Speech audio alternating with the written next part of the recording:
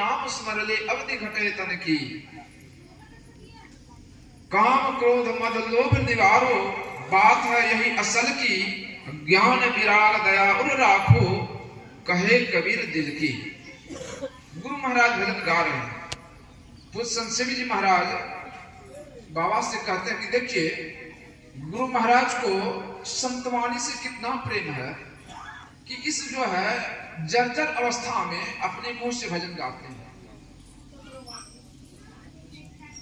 जैसे बाबा जाते हैं सत्संग में, स्तुति विनती होता है तो पूज्यपाद संत शिव जी महाराज कोई आदमी को भेजते हैं कि जाइए संपादक जी को बुला करके लाइए। जैसे आते हैं देखते हैं गुरु महाराज जो है का शरीर जो है वह निश्चिष्ट हो गया और उसी दिन जो है गुरु महाराज जो है अपने शरीर का परित्याग किया। तो गुरु महाराज ने हम लोग को उपदेश दे के गया, सुकृत कर ले, नाम सुमर ले, को जाने कल की। हम लोग को यह पता नहीं है, नह बालक नह यौवन नह वृद्धि कछुवंद, वह अवसर नहीं जानिए जब आज पड़े जमपन। इस संसार से पहले बच्चा जाएगा कि जवान जाएगा कि बूढ़ा जाएगा, इसका कोई ठिकाना नहीं। बूढ़ा आदमी रह जाता है, बच्चे जवान चले जाते हैं। इसलिए हम लोग को हर हमेशा सावधान रहना चाहिए, सुकृत कर ले, अच्छे कर्म करना चाहिए, भगवान का नाम का स्मरण करते रहिए। भगवान का नाम का स्मरण करते हुए अगर शरीर छूट जाए तो आपकी अधोगति नहीं होगी, आप उत्तम लोक में जाएंगे। रामकृष्ण परमहंस जी महाराज कहते हैं कि संसार में कैसे रहना चाहिए। जैसे बड़े घर की नौकरानी जो होती है, वे कहते हैं ये बाल बच्चे घर परिवार धन संपत्ति सब मेरा ही है, लेकिन उसका दिल जानता है कि उसका कुछ नहीं है, सब मालिक के हैं। जिस दिन मालिक का हुक्म हो जाएगा उसको नौकरी छोड़ करके जाना पड़ेगा। उसी तरह हम लोग को संसार में कैसे रहना चाहिए। आप लोग गुरु महाराज के प्रवचन में पढ़ेंगे कि संसार में खीरा की तरह रहना चाहिए। आप लोग खीरा को देखे होंगे, खीरा जो ऊपर से एक ही मालूम पड़ता है, अगर उसको काटिएगा उसमें 3 भाग होता है। उसी तरह संसार में सब काम जो है अपना जान करके कीजिए, लेकिन मन में जो है यह ख्याल रखना चाहिए कि मेरा यहाँ कुछ नहीं है, सब परमात्मा का है। इस तरह से जो हम लोग को संसार में रहना चाहिए। दूसरी बात है हम लोग को जो है सहनशील होना चाहिए। रामकृष्ण परमहंस जी महाराज कहते हैं जो सहता है उसकी बनती है, जो सहना नहीं जानता है उसका सब कुछ बिगड़ जाता है। परिवार में अगर किसी से वाद विवाद हो जाए आप बर्दाश्त कर लीजिए। संत कबीर साहब कहते हैं गाली आवत एक है उल्टत होए अनेक, और कह कबीर नहीं उल्टी वही एक का एक। झगड़ा झंझट होगा कभी कभी नहीं होगा, झगड़ा झंझट नहीं होगा, मारपीट नहीं होगा, केस मुकदमा नहीं होगा, आपका धन का कितना बचाव होगा। कितना परिश्रम से लोग धन जमा करते हैं और थोड़े से बात विवाद में उलझन में पड़ करके लोग का जो है धन समाप्त हो जाता है। इसलिए हम लोग सत्संग में समय लगाते हैं, इससे ज्ञान सीखना चाहिए और इसके अनुकूल चलना चाहिए। देखिए आपके जीवन में कितना सुख शांति मिलती है। सहन शक्ति सबसे बड़ा गुण है। अगर आप सहने के लिए जान लीजिएगा, आपके परिवार में कभी भी कलह नहीं होगा। जिस परिवार में कलह नहीं होता है वह परिवार क्या है? वह परिवार स्वर्ग के समान है। इसलिए हम लोगों को आपस में जो है प्रेम से रहना चाहिए, मिलकर के रहना चाहिए।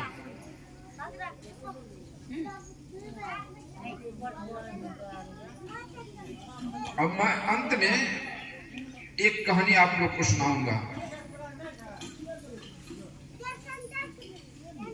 कि आप लोग जो है सत्संग मंदिर के प्रांगण में 7 दिनों तक जो है यह सत्संग और ध्यान का आयोजन रखें।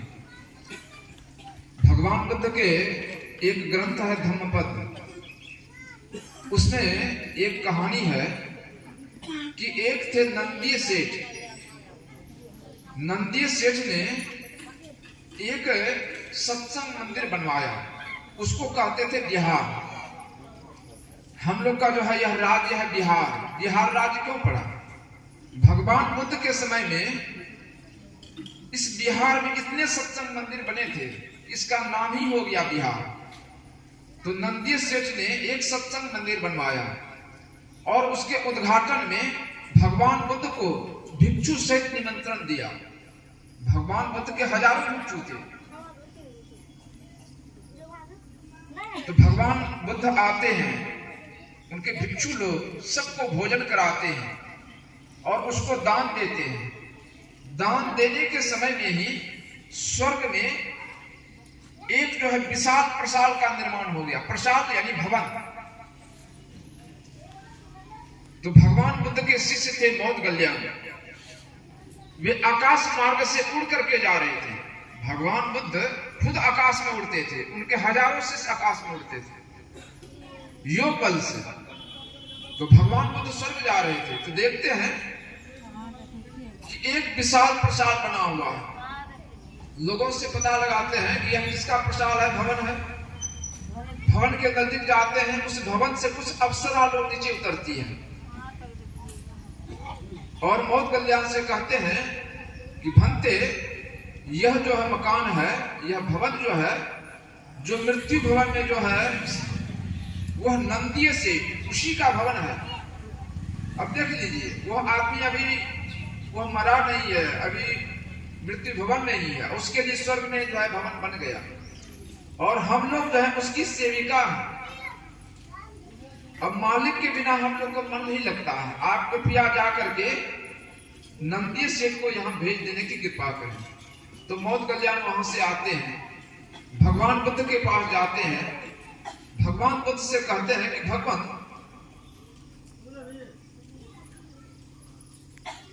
यह संसार का क्या नियम है कि जो आदमी है वह मृत्यु भवन में ही है और उसका पुण्य जो है वह स्वर्ग में प्रकट हो गया, उसके लिए जो भवन बन गया। तो भगवान बुद्ध कहते हैं कि मौदगल्याण, तुम तो देख करके आए हो, फिर हमसे क्यों पूछते हो? अब देखिए पुण्य का कितना बड़ा महत्व है। पुण्य को या पाप को, अग्नि को, दुश्मन को छोटा नहीं समझना चाहिए। इसलिए थोड़ा भी पुण्य करते हैं, उससे बहुत बड़ा फल मिलता है। इसलिए हम लोगों को पुण्य कर्म ही करना चाहिए।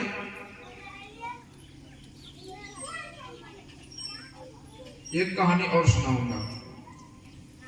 भगवान बुद्ध के सुन रहे थे, शिष्य थे मौदगल्याण। वे जंगल में तपस्या कर रहे थे, समाधिस्थ थे। अचानक क्या होता है, कुछ चोर बदमाश ने आकर के उसके शरीर को इतना पिटाई करता है कि उसके शरीर का जो है नस नस चूर हो जाता है। लेकिन मौदगल्याण तो समाधि में थे, उसको कुछ पता ही नहीं चला। जब समाधि से नीचे उतरते हैं तो देखते हैं कि यह शरीर तो नाकाम हो गया, यह चलने के लायक नहीं है। फिर वे योग बल से जाते हैं भगवान बुद्ध के पास, कहते कि भगवान, अब हमारा शरीर जो है यह नाकाम हो गया, यह रहने के लायक नहीं है, अब मैं इसको जो है परित्याग कर दूंगा। भगवान बुद्ध कहते हैं ठीक है, जाकर इसको परित्याग कर दो। तो मौदगल्याण ने अपने शरीर का परित्याग कर दिया। भगवान बुद्ध से भिक्षु लोग पूछते हैं कि भगवान, यह तो मौदगल्याण साधु था, सन्यासी था, ध्यान में मग्न था, समाधि में था, फिर इसको किस कर्मों का फल भोगना पड़ा कि इसके चोर बदमाश ने इसके शरीर को का जो है नस नस चूर कर दिया। भगवान बुद्ध कहते हैं कि यह मौदगल्याण पहले जन्म में अपने माता पिता को जंगल में छोड़ दिया था और जंगल में जो है हिंसक पशु शेर बाघ ने आकर के उसके माता पिता को खा गए। वही परिणाम जो है यह मौदगल्याण को भोगना पड़ रहा है। इसलिए हम लोग को चाहिए कि अपने माता पिता का जो है उसका सेवा करना चाहिए। माता पिता की सेवा हम लोग करते हैं। देख लीजिए, माता पिता का धन संपत्ति किसका होता है? पुत्र का होता है। इसलिए पुत्र का कर्तव्य होता है कि माता पिता का सेवा करना चाहिए। तो मैं यही 2 शब्द के साथ अपने वाणी को विराम देता हूं और विशेष हम लोग पूज्य बाबा से सुनेंगे। श्री सद्गुरु महाराज की जय।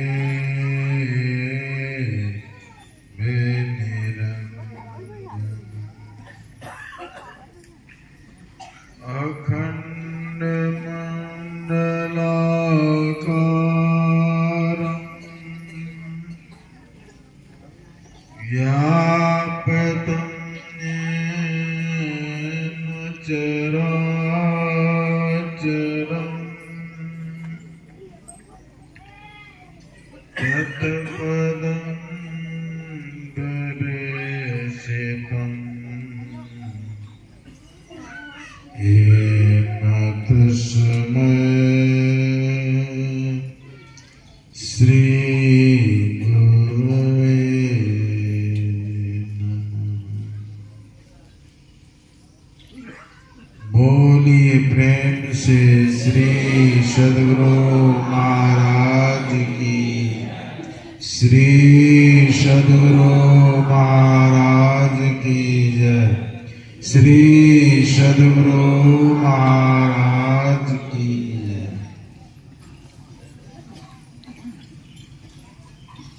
अव्यक्त रूप में प्रातः स्मरणीय श्री अनंत विभूषित परम पूज्य परमाराध्य श्री सद्गुरु महाराज की त्रैलोक पाद पद्मों में कोटि शरण। मंचासन पूज्य बाबा के पावन चरणों में कोटि शरण। मंच पर विराजमान साधुजन,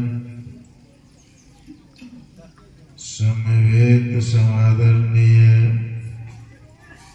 सत्संग प्रेमी महानुभावों, भक्तिमती माताओं एवं बहनों, यहाँ पर जो सप्ताह ध्यान साधना यज्ञ का कार्यक्रम चल रहा था, उसका समापन तो कल ही हो गया। आज तो समझिए हम लोग भाव में सत्संग कर रहे हैं। साग सब्जी खरीदते हैं तो भाव लेता है ना। साग सब्जी का जो कीमत होता है दे देते हैं। व्यापारी से कहते थोड़ा सा भाव भी दे दीजिए, तो थोड़ा सा भाव भी दे देते हैं, उसका कीमत आप ले देते हैं। आज सप्ताह ध्यान साधना शिविर का बुझिए भावे ऐसा आप लोगों ने यह सप्ताह ध्यान साधना शिविर का हर वर्ष आयोजन करते हैं। इससे महान यज्ञ और संसार में कोई नहीं है। जीव का जब भी कल्याण होता है, जीव का जब भी उद्धार होता है, इसी यज्ञ से होता है। आप लोग भागवत महापुराण पढ़े होंगे। राजा परीक्षित का उद्धार हुआ था इससे। राजा परीक्षित बड़े धर्मात्मा राजा थे। उनके राज में प्रजा लोग सदा सुखी रहते थे। और उसी राजा परीक्षित के समय में यह कलयुग इस धरातल पर आया था। राजा परीक्षित एक दिन राजभवन से कहीं बाहर जा रहे थे। रास्ते में राजा देखता है एक भयंकर चेहरा वाला काला कलोटा आदमी, लंबी लंबी मूंछ, एक बूढ़ा बैल को घसीट रहा था। राजा परीक्षित देखता है बूढ़ा बैल है, उसको ये धरती पर घसीट रहा है, चेहरा भी बड़ा भयावह है, क्रूर स्वभाव का है, आखिर है ही कौन? राजा परीक्षित पूछता, अरे तुम कौन हो और तुम निर्दयी होकर के इस बूढ़ा बैल को जमीन पर क्यों घसीट रहे हो? आखिर हो तुम कौन? राजा परीक्षित को देख करके वो जो क्रूर व्यक्ति थे डर गए और डर करके आकर के राजा परीक्षित के चरण पर गिर पड़े।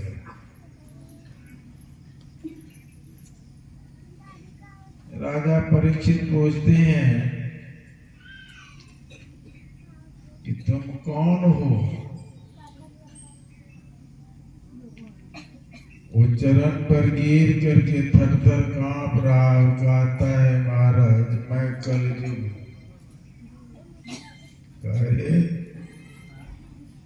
तुमको कैसे हिम्मत हो गया हमारे राज में आने का? है ऐसा कोई राजा? कहा चलो भागो, हमारे राज की सीमा से बाहर चले जाओ, तुम हमारे राज्य में नहीं रह सकते।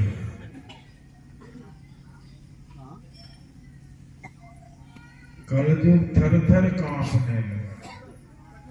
कहा महाराज मैं कहाँ जाऊं?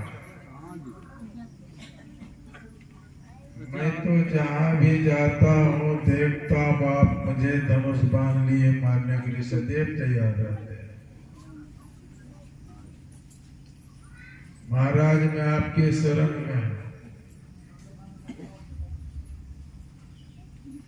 कलयुग के दीनहीन भाव को सुन करके